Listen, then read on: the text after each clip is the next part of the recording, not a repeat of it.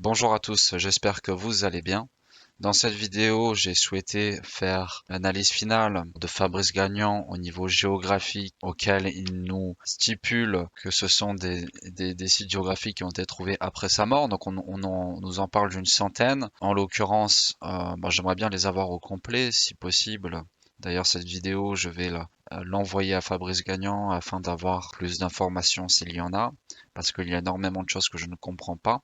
Donc dans cette analyse, on va voir toutes ces choses, tous les lieux, parce qu'il y a des lieux auxquels on ne peut même pas faire d'analyse, parce que Maria Valtorta a décrit très très peu, voire même des lieux pas du tout. Donc c'est très compliqué de faire une analyse, et on va tout de suite commencer par le premier lieu. Alors tout d'abord, quand on regarde Gerach, j'ai d'ailleurs fait une vidéo là-dessus qui est disponible sur ma chaîne YouTube et je vous conseille d'aller la voir, quel je détaille tout cela. Mais grosso modo, la ville de Gerach était décrite en 1900 avec tous les détails que partage Maria Valtorta. De même pour la synagogue de Biram, j'ai beau avoir cherché, je n'ai trouvé aucune information de Maria Valtorta parlant de Biram. Aucune de ces informations-là est disponible. Ensuite, pour le site de Qumran, on ne sait pas exactement de quels détails ils veulent parler. En l'occurrence, Maria Valtorta ne décrit pas ce site exactement. Elle décrit des zones de la mer Morte, mais ne décrit pas le lieu de Qumran. En l'occurrence, Qumran est très connu, surtout actuellement, parce que dans des grottes, ils ont pu retrouver des évangiles apocryphes.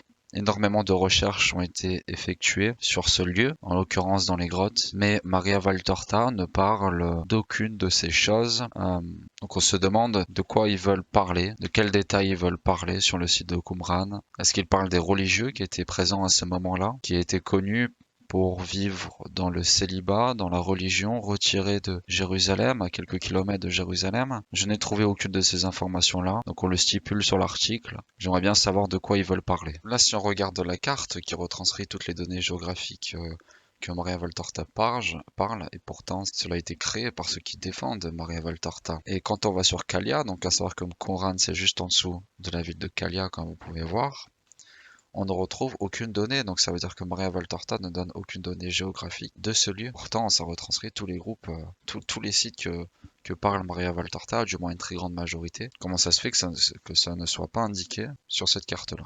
Ensuite, nous avons la tombe d'Hillel le Sage. On nous indique qu'elle a été fouillée en 1974.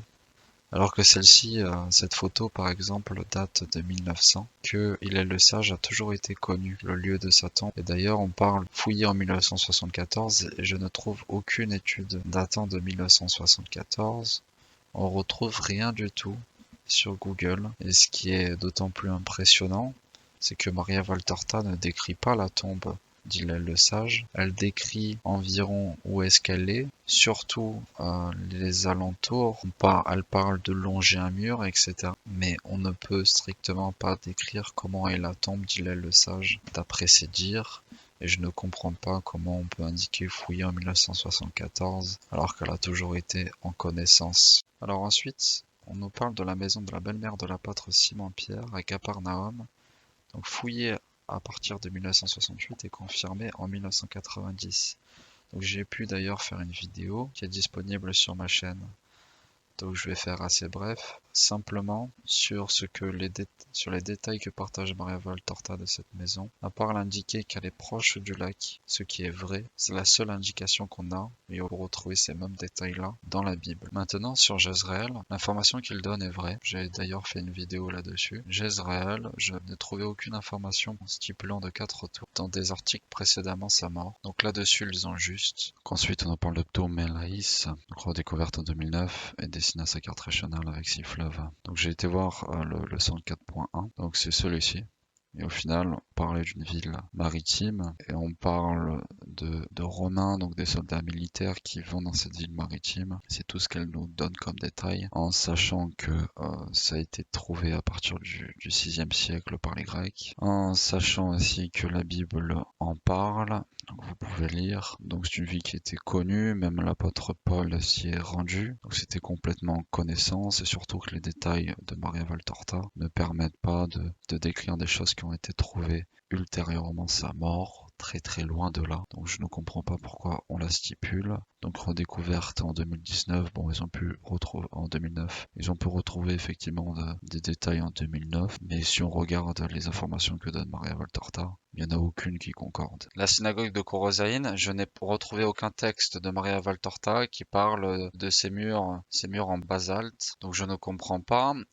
Bethsaida, j'ai pu faire une analyse qu'on nous affirme que ça a été trouvé à 1,5 km, même si la distance réelle est de 2 km, mais enfin bref, c'est un détail. Voilà, avec tous les détails, donc j'ai pu faire une analyse complète là-dessus. Donc le lieu que défend Fabrice Gagnant n'est peut-être pas celui-là de Bethsaida, et le lieu que font les archéologues récemment, qui est le lieu beaucoup plus proche du lac, n'est pas non plus défendable pour le moment, car on ne peut pas affirmer que c'est Bethsaida encore, mais énormément de détails tournent vers cela, et surtout tournent vers une datation époque de Jésus. Le lac serait au même niveau que celui actuel, voire même plus bas, donc ça serait très compliqué d'avoir le lac à 2 km de distance.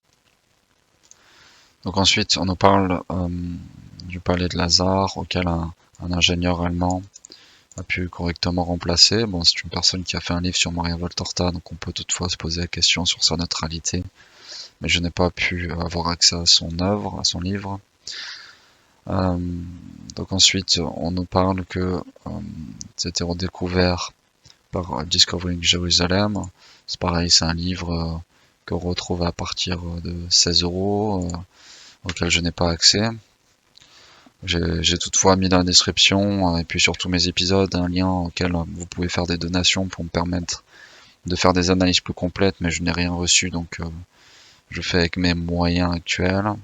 En l'occurrence, je ne pourrais pas trop parler de cela. Maria Valtorta décrit effectivement, décrit un peu le lieu.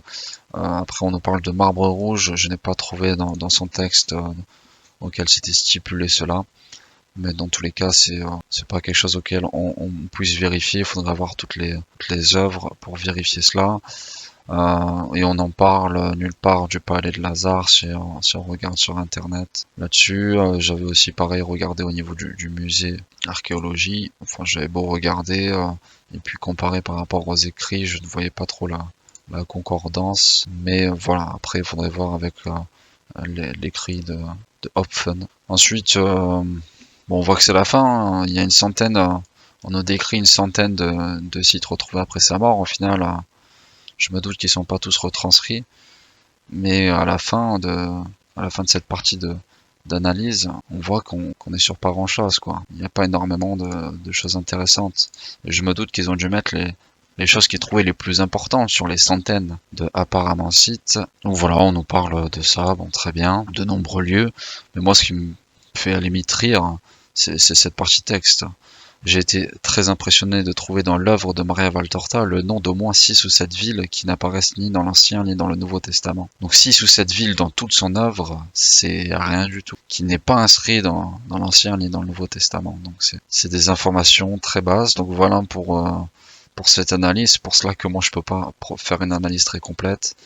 Je vais d'ailleurs analyser les différentes choses que partage Monsieur Lavert, auquel je vais pouvoir effectivement vérifier ce qu'il partage. Il partage dans plusieurs vidéos de certaines sources. Hein. Bon, j'ai déjà donné un petit coup d'œil, mais auquel je dois faire une analyse plus complète.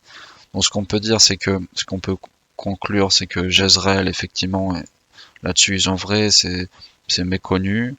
Du moins, je n'ai trouvé aucune information là-dessus. On parle à l'époque de Maria Valtorta d'une tour, seulement une seule tour était connue, et dans son œuvre, on en parle de 4. Donc ça, c'est impressionnant, mais c'est la seule chose qui est impressionnante dans le sens méconnu. Après, sinon, tout reste impressionnant parce que tout est relativement bien détaillé. Donc je n'en veux pas à l'œuvre de Maria Valtorta, mais ceux qui le défendent, je trouve les analyses complètes, et quand on n'a pas trop d'arguments, ça sert à rien de gonfler les chiffres, à dire une centaine de sites géographiques, alors qu'au final, voilà, il faut, je trouve ça dommage de vouloir en rajouter, au lieu de parler simplement de Jezreel. Je trouve dommage leur analyse, du moins sur ce point de vue géographique. Ils parlent d'énormément de détails, hein. J'ai toujours dit qu'ils faisaient un très bon travail, Mais sur ce côté géographique, des sujets vérifiés après sa mort, c'est très très peu complet, malheureusement.